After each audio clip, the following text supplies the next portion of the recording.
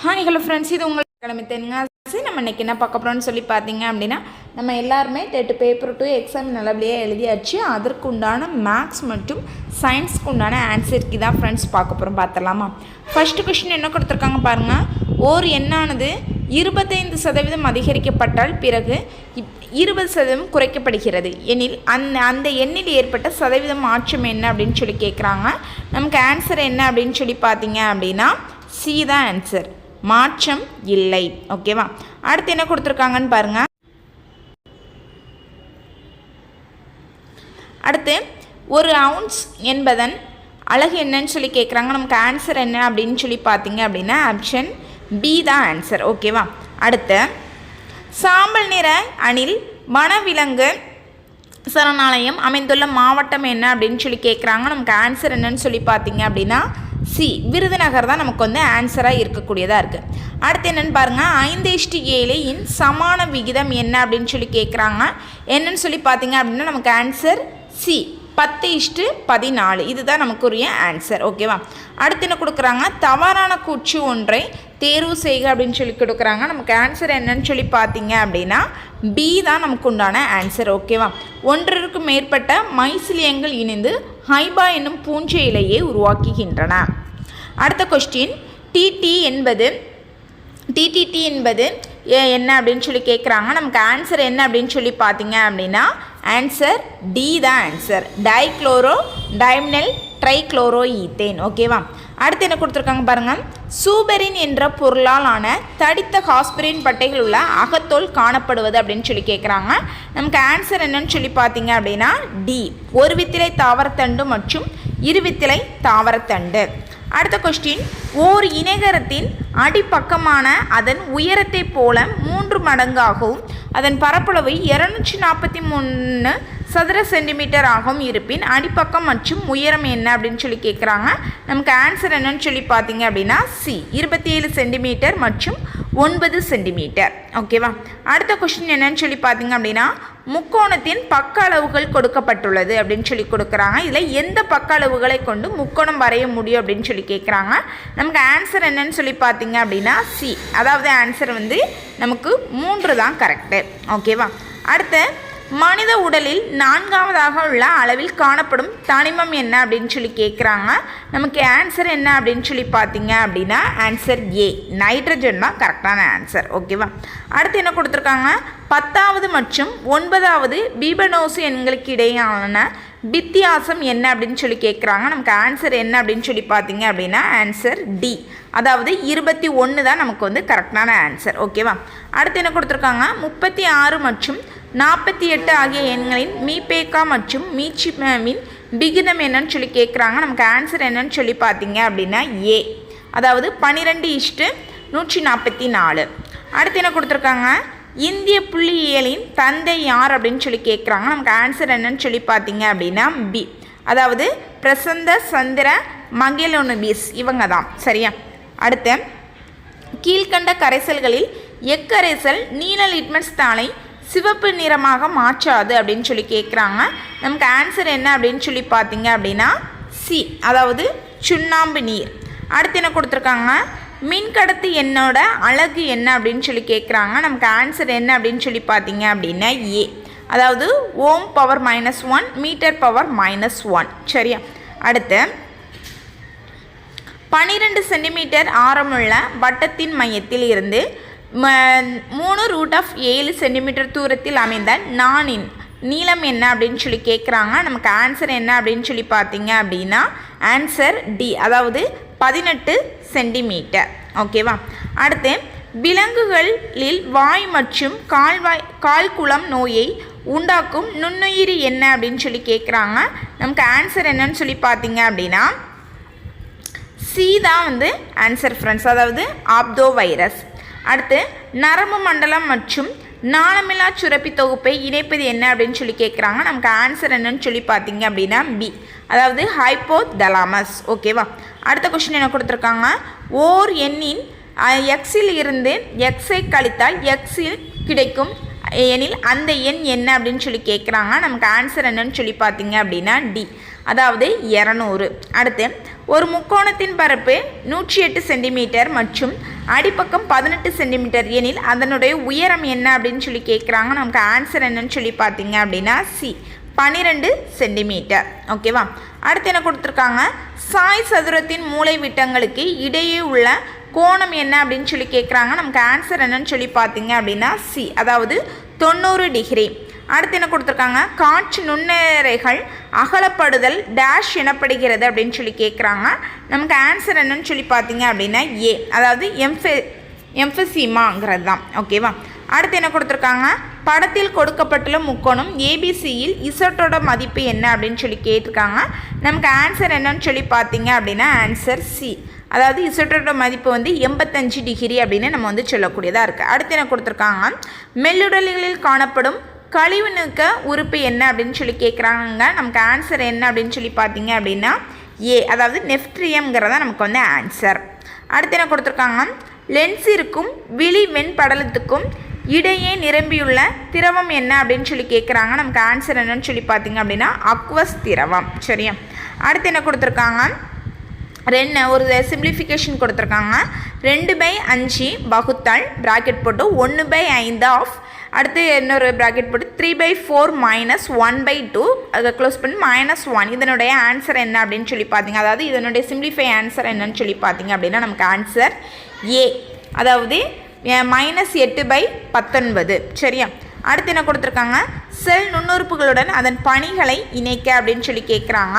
இதுக்கு நமக்கு ஆன்சர் என்ன அப்படின்னு சொல்லி பார்த்தீங்க அப்படின்னா ஏ தான் ஆன்சர், அதாவது மைட்டோகாண்ட்ரியா அப்படின்னா நமக்கு சுவாசித்தல், பசுங்கணிகம் அப்படின்னா ஒளிச்சேர்க்கை, கோல்கே உடலம் அப்படின்னா சுரத்தல், லைசோசோம் அப்படின்னா தற்கொலைப்பை. நம்ம இதை வச்சே போட்டுடலாம். லைசோசோம்னா தற்கொலைப்பை நமக்கு தெரியும், அடுத்து பசுங்கணிகம்னாலும் ஒளிச்சேர்க்கை. இந்த ரெண்டு நமக்கு தெரிஞ்சாலும் நம்ம ஈஸியாக இதுக்கு வந்து ஆன்சர் போட்டுடலாம். ஓகேவா.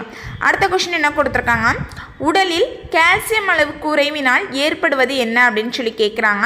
நமக்கு ஆன்சர் என்ன அப்படின்னு சொல்லி பார்த்தீங்க அப்படின்னா பி, அதாவது டெட்டனிங்கிறத ஆன்சர்.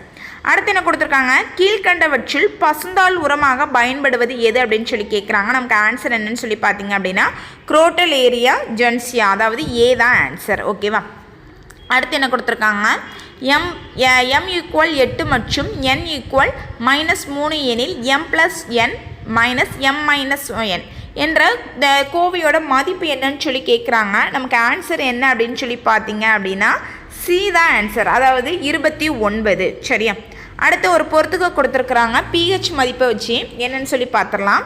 அதாவது வந்து இதுக்கு நமக்கு ஆன்சர் என்னன்னு சொல்லி பார்த்தீங்க அப்படின்னா சி தான் ஆன்சராக சொல்கிறாங்க. அதாவது மனிதனோட உமிழ்நீர் வந்து நமக்கு 6 to 8, காஃபி வந்து நமக்கு 5.6, ரத்த பிளாஸ்மா வந்து 7.4, தூய நீர் வந்து 7.0.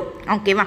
அடுத்த கொஸ்டின், நவீன தனிம வரிசை அட்டவணையில் எல்லா தனிமங்களும் டேஷ் அதிகரிக்கும் அடிப்படையில் அமைக்கப்பட்டுள்ளன அப்படின்னு சொல்லி கேட்குறாங்க. நமக்கு ஆன்சர் என்ன அப்படின்னு சொல்லி பார்த்தீங்க அப்படின்னா பி, அதாவது அணு எண் ஆன்சர். அடுத்து 223 x - 1/x = 5 எனில் x³ - 1/x³ மதிப்பு என்ன அப்படின்னு சொல்லி கேட்குறாங்க. நமக்கு ஆன்சர் என்னன்னு சொல்லி பார்த்தீங்க அப்படின்னா ஏ, அதாவது 140 தான் நமக்கு வந்து ஆன்சர். ஓகேவா. அடுத்து என்ன கொடுத்துருக்காங்க, 2, 6, 12, 20, 30 எக்ஸட்ரா என்னும் எண் அமைப்போட பொது வடிவம் என்ன அப்படின்னு சொல்லி கேட்குறாங்க. நமக்கு ஆன்சர் என்ன அப்படின்னு சொல்லி பார்த்தீங்க அப்படின்னா டி தான் ஆன்சர், அதாவது n+1. ஓகேவா. அடுத்து ஒரு செவ்வக வடிவ தோட்டத்தின் பரிமாணங்கள் முறையே 70 மீட்டர் மற்றும் 40 மீட்டர். தோட்டத்தின் உட்புறமாக 4 பக்கங்களிலும் 2 மீட்டர் அகலமுள்ள பாதை அமைக்கப்படுகிறது.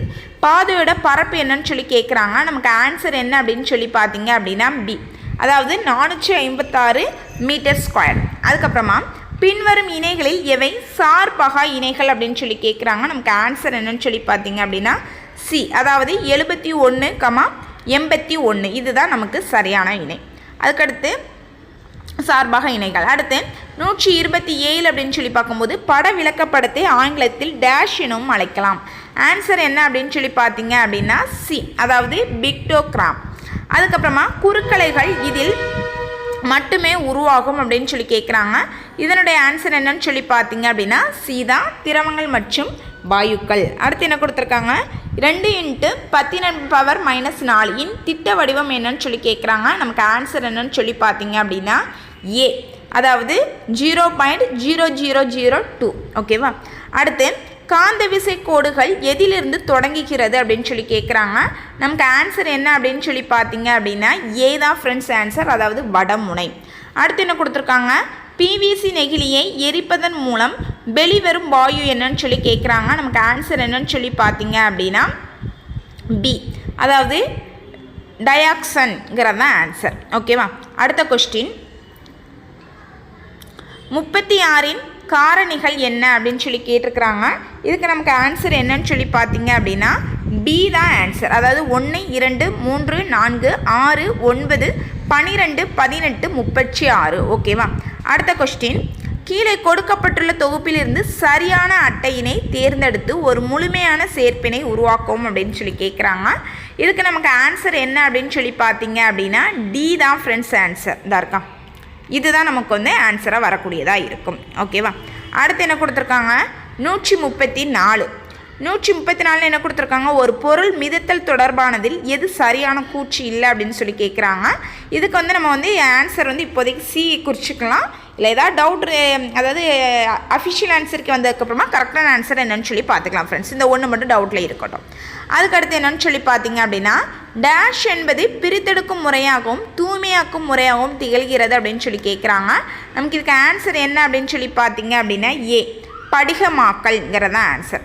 அடுத்து என்ன கொடுத்துருக்காங்க, 2 பொருட்களை தேய்க்கும் போது எவை இடமாற்றம் அடைவதால் மின்னேற்றம் ஏற்படுகிறது அப்படின்னு சொல்லி கேட்குறாங்க. நமக்கு ஆன்சர் என்னன்னு சொல்லி பார்த்தீங்க அப்படின்னா சி, அதாவது எலக்ட்ரான்கள்ங்கிறதா நமக்கு இதற்குரிய கரெக்டான ஆன்சர் ஓகேவா. அடுத்து என்ன கொடுத்துருக்காங்க, 137 மஞ்சள் காமாலை பரவும் விதம் என்னன்னு சொல்லி கேட்குறாங்க. நமக்கு ஆன்சர் என்ன அப்படின்னு சொல்லி பார்த்தீங்க அப்படின்னா அதாவது பி தான் ஆன்சர், அதாவது மாசடைந்த நீர் மற்றும் இரத்த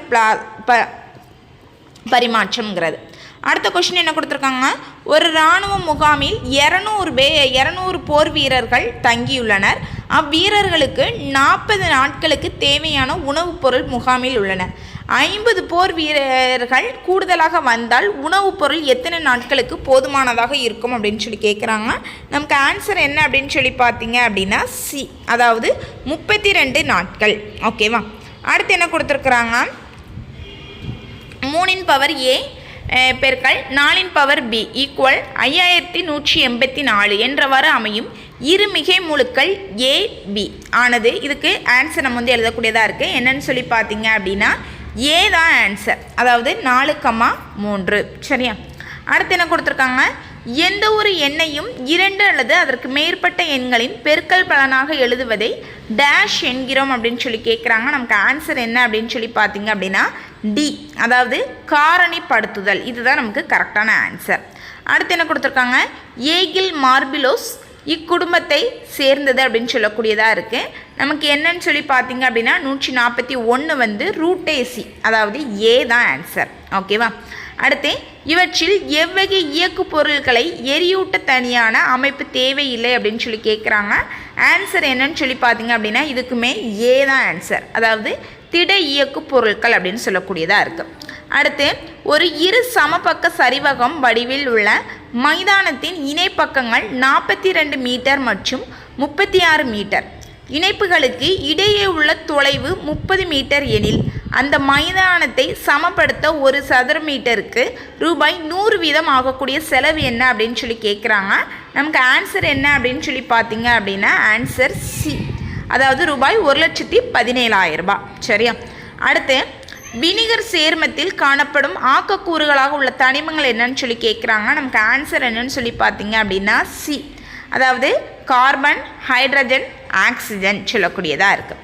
அதுக்கப்புறமா பூசணியில் அயல் மகர்ந்த சேர்க்கை எதனோட உதவினால் வந்து நடைபெறுகிறது அப்படின்னு சொல்லி கேட்குறாங்க. நமக்கு ஆன்சர் என்னன்னு சொல்லி பார்த்தீங்க அப்படின்னா ஏ, அதாவது பூச்சிகள் மூலியமாக தான் நமக்கு வந்து நடைபெறக்கூடியதாக இருக்கும் ஓகேவா. அடுத்து ஒரு காரணிப்படுத்துக கொடுத்துருக்காங்க, 2x² + 15x - 27. இதற்குரிய ஆன்சர் என்ன அப்படின்னு சொல்லி பார்த்தீங்க அப்படின்னா ஏ தான் ஆன்சராக இருக்குது. x + 9 அடுத்து 2x - 3 அப்படின்னு சொல்லிட்டு ஓகேவா. அடுத்து என்ன கொடுத்துருக்காங்க, 2x, 4x, 6x, 8x, 10x. இடைநிலை அளவு 24 எனில் எக்ஸோட மதிப்பு என்ன அப்படின்னு சொல்லி கேட்குறாங்க. இதுக்கும் நமக்கு ஆன்சர் என்ன அப்படின்னு சொல்லி பார்த்தீங்க அப்படின்னா ஏ தான் ஆன்சராக இருக்கக்கூடியதாக இருக்குது. ஓகேவா? அடுத்து என்ன கொடுத்துருக்காங்க, a + b = 10 மற்றும் 3ab = 36 எனில் a² + b² இதனுடைய மதிப்பு என்னன்னு சொல்லி கேட்குறாங்க. நமக்கு ஆன்சர் என்ன அப்படின்னு சொல்லி பார்த்தீங்க அப்படின்னா டி தான் ஆன்சர், அதாவது 76 76. ஓகேவா? அடுத்து ரேபீஸ் என்பது டேஷால் ஏற்படக்கூடிய நோய் அப்படின்னு சொல்லி கேட்குறாங்க. என்னன்னு சொல்லி பார்த்தீங்க அப்படின்னா ஆன்சர் பி, வைரஸால் ஏற்படக்கூடிய நோய் அப்படின்னு நம்ம சொல்லக்கூடியதாக இருக்குது. அடுத்து என்ன கொடுத்துருக்குறாங்க, வட்டத்தின் சமவில்கள் டேஷ் கோணங்களை தாங்கும் அப்படின்னு சொல்லி கேட்குறாங்க. நமக்கு ஆன்சர் என்னன்னு சொல்லி பார்த்தீங்க அப்படின்னா சம கோணங்களை தாங்கக்கூடியதாக இருக்கும். ஓகேவா? ஓகே ஃப்ரெண்ட்ஸ், நம்ம இன்றைக்கி என்ன பார்த்துருக்கோம் அப்படின்னா டெட் பேப்பர் 2க்கு உண்டான மேக்ஸ் மற்றும் சயின்ஸ்க்கு உண்டான ஆன்சருக்கு பார்த்துட்டோம். மற்ற வீடியோஸும் நம்மளோட